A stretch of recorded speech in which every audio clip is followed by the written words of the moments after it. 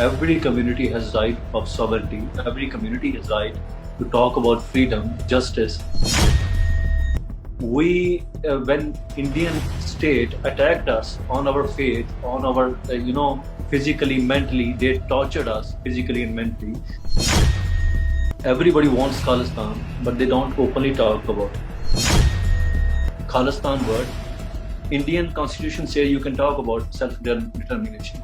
Supreme Court Supreme Court of India, the higher authority of India, they said peacefully you can preach about Khalistan, you can have seminars, you can talk about Khalistan, you can have literature, and you can distribute the literature about Khalistan.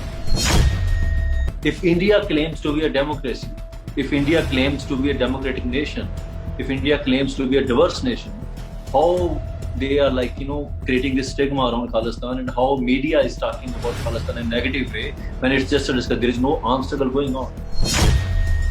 I want to question why India has power to give us justice.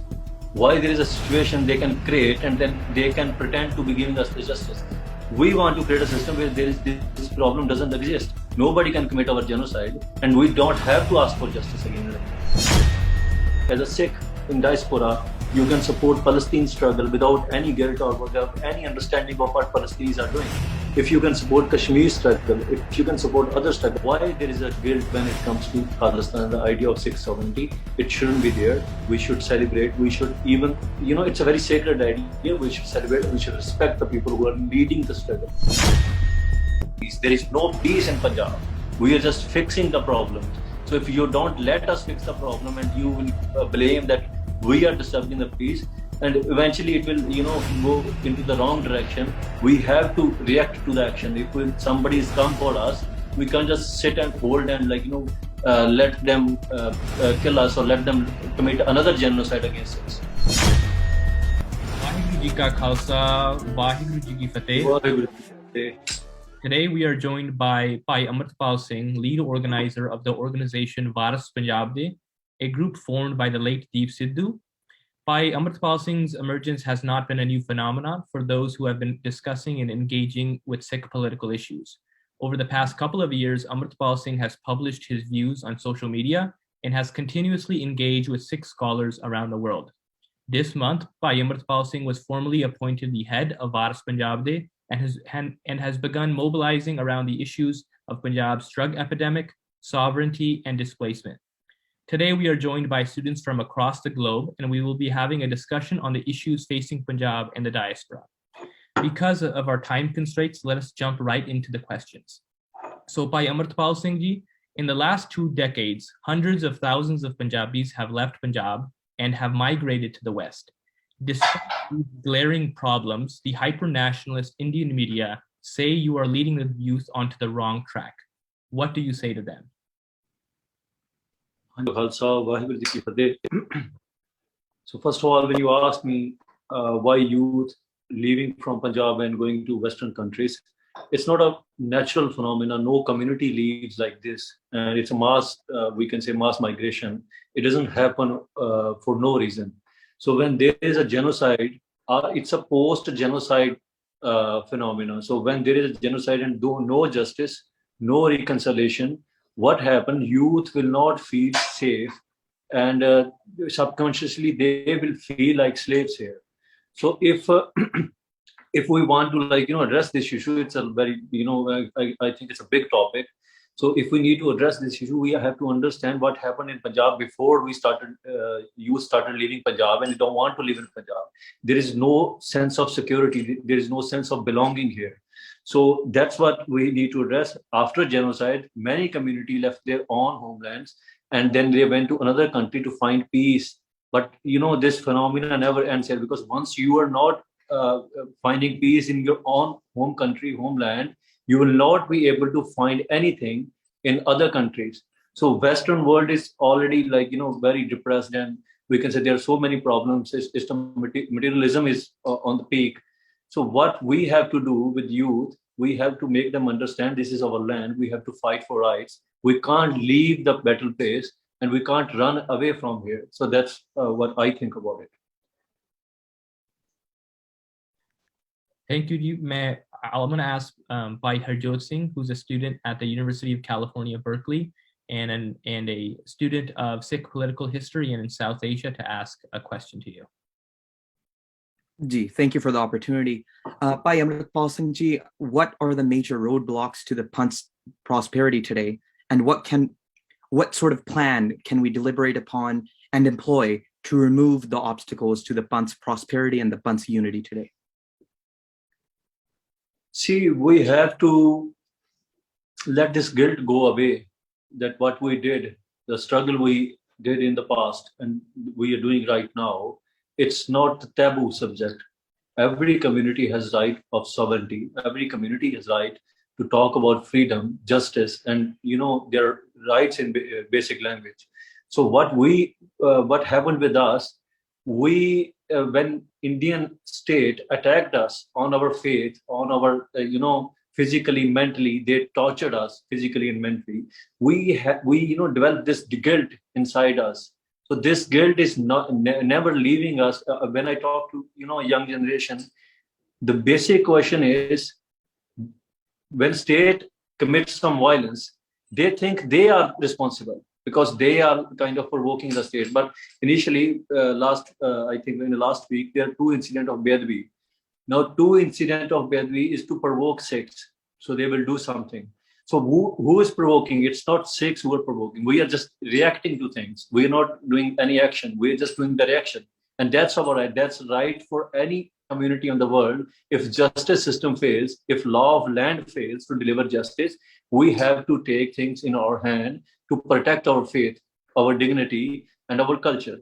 So in future, my suggestion and my work would be to ask youth and make them this guilt go away, to work on this thing, that this is not our fault. If somebody has power to commit a genocide against us, if somebody has willingness to commit a genocide against us, they will find any way to do it. So it's not about us what we're going to do and how they're going to react. It's not about our reaction. It's about their action and our reaction. So we don't need to take any guilt out of it. And in future, we will be working more on de-addicting youth from drugs. And the de-addiction centers currently working in Punjab are basically working on the Western idea that this is just physical issue. What happens, body drug get into your body and it just make a place there, and it has to leave with the medicines also. But the problem here is youth has no inspiration whatsoever. They leave drugs in centers, they come out, the society is same. Society is not changing. They have same sangat, they have same friend circles, they have same work. So what they do, they go into the same things again and again. So what we will create an environment, a culture, a space where where the youth, young guys, girls, they'll have opportunity to connect to faith. Because without faith, we can't go anywhere. So that's what our plans are for future. And secondly, as you touched yourself on how Punjab and the Panth is being stifled on every avenue possible, we just want to know a question in regards to the farmers' protests, specifically the mobilization of Punjabi farmers and Sikh farmers in particular, in opposition to the neoliberal farm reforms introduced by the Modi administration in 2020, was unprecedented in South Asian history, if not global history. So, Bhai Amritpal Singh ji, what do you think was the strategy that led us to see the protest success, and how can it be replicated for ongoing or future morchas of the Panth? See, this was not just a reaction to the 3 farm laws. It was just building up, piling up situation for Sikhs, and it just busted. There is a lava under the ground. You don't know until it's burst and it does what it does. So now the issue is that for understanding farmer protest, we have to understand the Sikh suffering from 150 years, what they are feeling and how they are perceiving things in this state, and this state, how the state is treating Sikhs. So when youth, they left from Punjab, went to Delhi, the kind of energy they had, it's not just about 3 farm laws. And the slogans they were using, they were talking about sovereignty, they were talking about justice, they were talking about revenge. It doesn't come from just 3 farm laws. We, as a Sikh community, we actually proven ourselves that we can fight any kind of morcha and we can win it. But the failure of the leadership in Delhi morcha, we can't deny that if the leaders were good, if they had played their role, how leaders should be doing it, we would be we would have achieved so much than what we did, because we made state to cancel the 3 farm laws, but we didn't achieve anything else. The 3 farm laws were not there before, so it didn't change anything for farmers, it didn't change anything for Punjab. So we actually turned away a problem that was coming to us. We didn't achieve anything out of it. So with the kind of crowd, with the kind of energy, with the kind of people gathering together and sitting there for a year, I think the federal state laws and other things must have been discussed there, but leaders didn't allow any youth, young leadership to come on stage and talk about things, talk about Sikh suffering, talk about justice. So in that case, I'll see it's collectively it's a failure, but we achieved energy and we saw that what we have, we have the potential to do anything. So in future, we know what we can do and what we can't do. Thank you so much for that answer. I was going to move on to a different topic, in the topic of Khalistan. This seems to be a central point of Waris Panjabde's mission. Given sort of the changing demographics in Punjab, the Indian state has created a lot of stigma around openly discussing the subject of Sikh independence. Obviously, the idea of Sikh statehood is legitimate, but how do you plan to approach the cynical attitude towards people about Khalistan on the ground in Punjab? See, there is when there is extreme violence about something, it generates a taboo about some words, especially for Khalistan. People don't talk openly about Khalistan because there is a fear psychosis in this place where we are, working now. Everybody wants Khalistan, but they don't openly talk about it. There is no clear concept what they want to say, because it's not necessary to everybody to understand what Khalistan is. It's necessary to everybody to understand what freedom is. How we gonna, come out of slavery? How are we gonna break this cage? So the stigma about Khalistan is, it's created by state and media and other left liberal these scholars. The irony is, when we talk about, they will ask us what kind of government will form in Khalistan, what kind of system will it be democratic system, or will it be dictatorship or anarchy or anything. They never ask these things from Palestine. They support Palestine struggle no matter what. There is an armed struggle going on. There is a narrative war on the world. Left is leading that war, and they didn't ask anywhere if they will create Islamic State in Palestine. So what will be the future for other minorities? The same thing is happening in Kashmir. The Indian left liberal, they never ask about Kashmir, that what kind of system you want to create in the Kashmir when you get the freedom. They support Kashmir freedom, but when it comes to Khalistan and Sikh freedom, they will deliberately put such questions in front of us, and we can't give any roadmap of Khalistan because that's not possible. It's about negotiation, it's about the power you have, and it's about the situation you are in. So you can get more than you want, you can get less than you want, but freedom will never be compromised, because if you will start having this stigma around Khalistan word, Indian constitution say you can talk about self-determination. Supreme Court mandate, Supreme Court of India, the higher authority of India, they said peacefully you can preach about Khalistan, you can have seminars, you can talk about Khalistan, you can have literature, and you can distribute the literature about Khalistan. So the question is, if India claims to be a democracy, if India claims to be a democratic nation, if India claims to be a diverse nation, how they are creating this stigma around Khalistan, and how media is talking about Khalistan in a negative way when it's just a discussion. There is no armed struggle going on. It's just a normal discussion. If you will suppress the very thought of freedom and Khalistan, it will go in a very other direction where state is asking us to go. So what we want to peacefully talk about it, let people understand why freedom is our basic necessity. It's just water, is like oxygen. We need freedom for everything. So when we will, whenever we go, we talk about sovereignty. The idea of sovereignty should never be criminalized, not for us, not for any other community, be it Hindus in Pakistan or anywhere in the world. The idea of sovereignty is a very sacred idea. So when somebody criminalized it, the idea of sovereignty, it's just like, you can't struggle when your own people are thinking that the idea of sovereignty is kind of crime. So they will start pulling your legs. So when I talk about freedom, when I talk about justice, I want to create a system where these now, for example, if imagine India is giving us justice, India state is giving us justice, majority is ready to give us justice. That's not the issue. Justice is not the issue. I want to question why India has power to give us justice. Why there is a situation they can create and then they can pretend to be giving us the justice.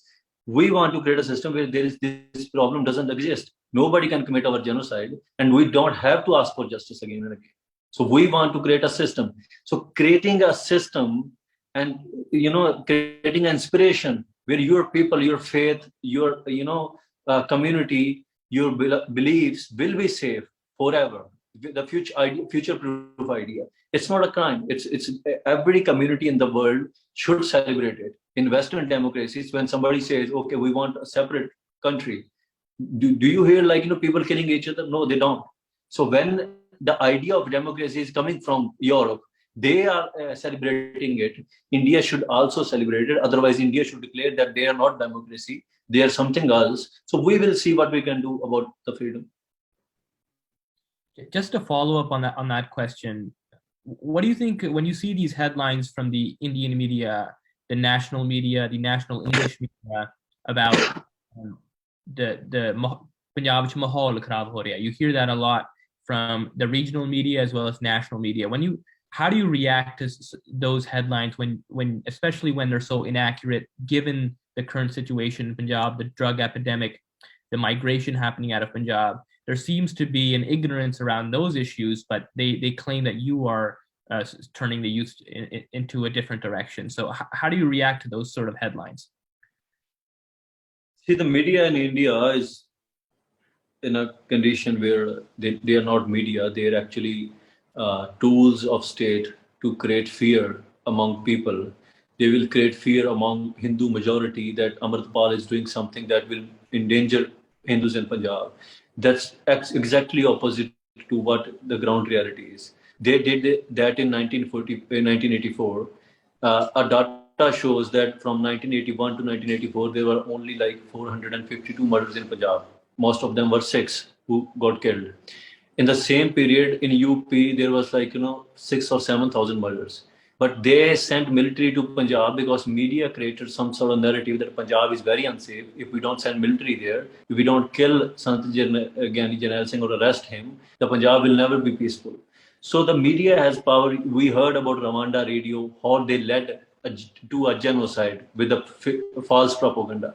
So media is playing the duty of what Indian state wants. They want to suppress the voice of Sikhs. They want to criminalize the idea of our sovereignty or even our rights. In basic language, if we say we don't want these, factories in Punjab which are polluting our land, and it's making Punjab a cancer bed. There are so many people. It's a generational disease. So many people are dying.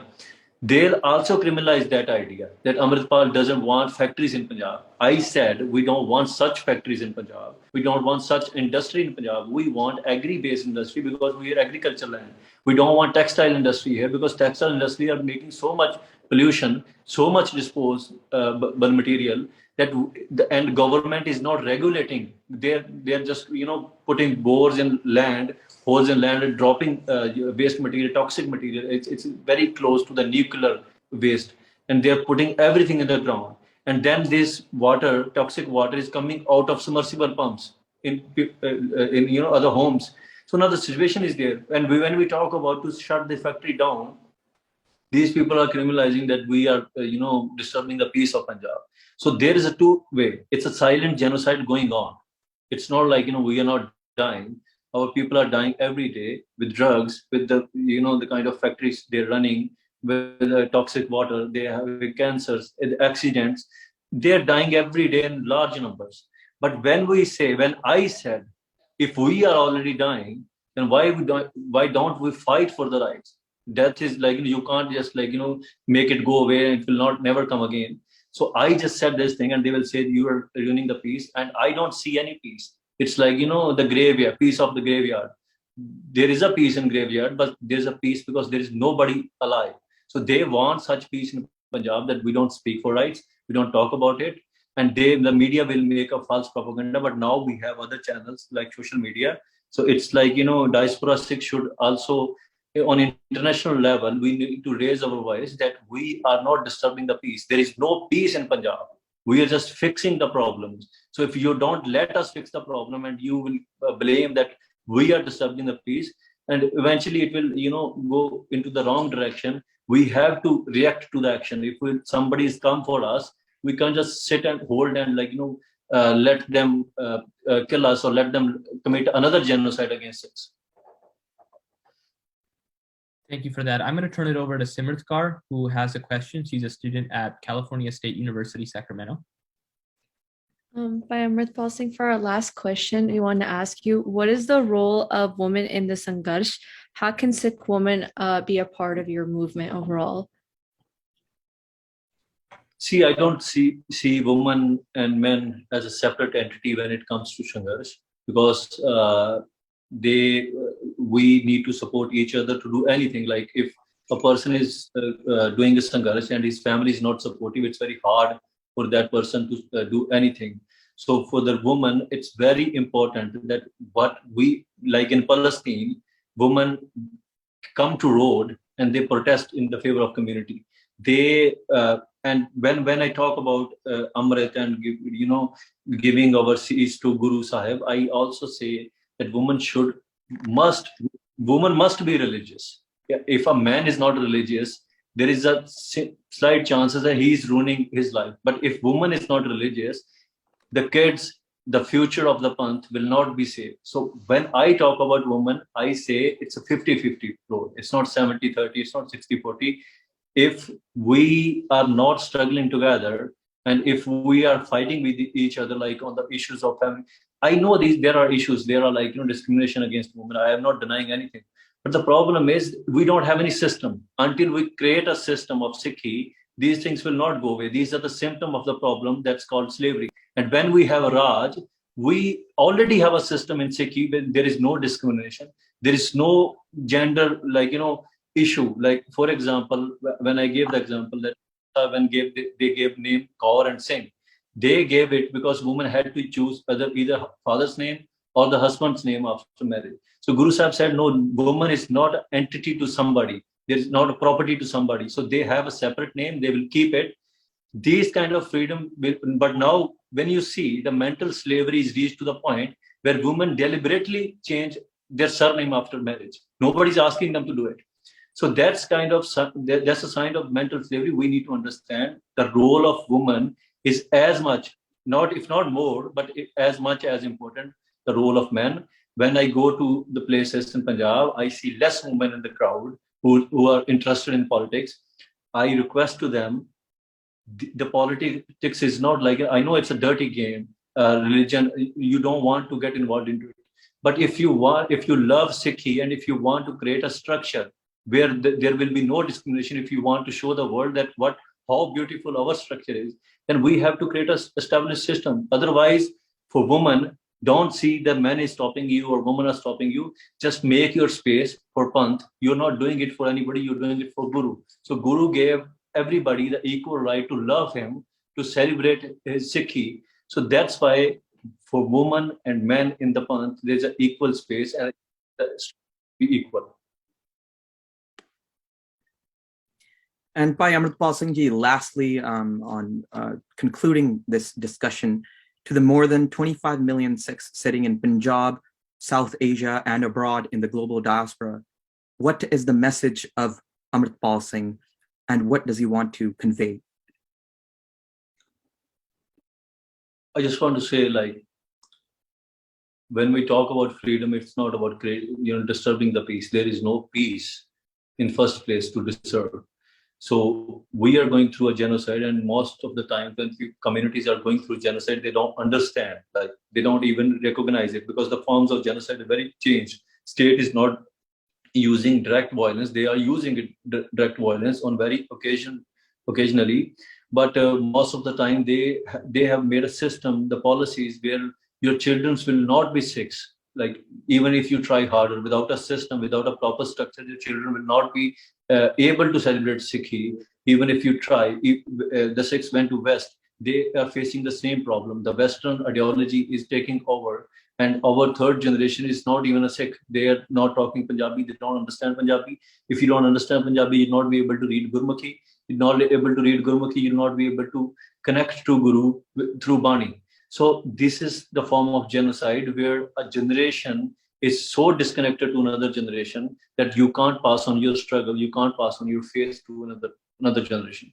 So what we have to do as a collective, as a community, we need to make this collective consciousness that, okay, our people are doing this, and we have to be self-centered for a point right now. We are doing the charitable work so much for the other communities. It's not wrong. But when you don't have things to survive, when you don't have basic structures to provide to your own people, there is no point doing charity, because now your charity is just pleasing other people, just getting validation from them that Sikhs are so good. We don't need validation. Even if they'll say Sikhs are evil, Sikhs are not good people, and you have proper Raj, you don't care about them. Now you care about them. Now we care about them because we don't have any structure. And the weak people who are mentally and physically weak, they don't have any power. They always seek validation from other people. So when you'll be powerful enough, you'll not care about what they're talking about you. You'll only care about what Guru wants us to be, and we will work on that. So as a collective community, we need to first be guilt-free about what we are doing. We don't need any certificate from Western ideologies, scholars, or anybody, because these people will never be able to understand the definition of Guru. They will compare it to the Pagambars and other Devtas, and we have a different relationship with Guru. We can't even explain it to them, because when you don't understand love on that point, on that level, you can't. It's unexplainable. So as a community, we need to center our struggle to the sovereignty, idea of sovereignty, because its sovereignty is not about creating another nation state or state. It's all about, if every community has right, they have protect the faith. Why don't Sikhs have the same right? If this idea of state is not so pure, I can understand the idea of state is not so pure. It will not be that pure that there will be no problems. But the thing is, why only Sikhs should suffer? We don't have any moral obligation to create a perfect structure and give it to the world. We don't have basic rights. So when we don't have basic rights, we have no moral responsibility to show people that how good we are. So as a community, even if you don't agree to me, even if I don't agree to you, we have to agree to one point, that Sikhs are not free people. We are not free. If we are free, we shouldn't be dying in drug genocides, dying with the state violence, and migrating from here to other countries for no obvious reasons. It's not an economical issue. The economical issue is also the symptom of slavery. So when they are employing other people to Punjab, they are bringing people from other state to Punjab, and they don't have living. They are disturbing the economical structure of Punjab. We can't compete because we have a living standard, we have a family, we have a house, we have rents to pay, we have so many things. So what they did, they disturbed the economical structure. They forced the youth.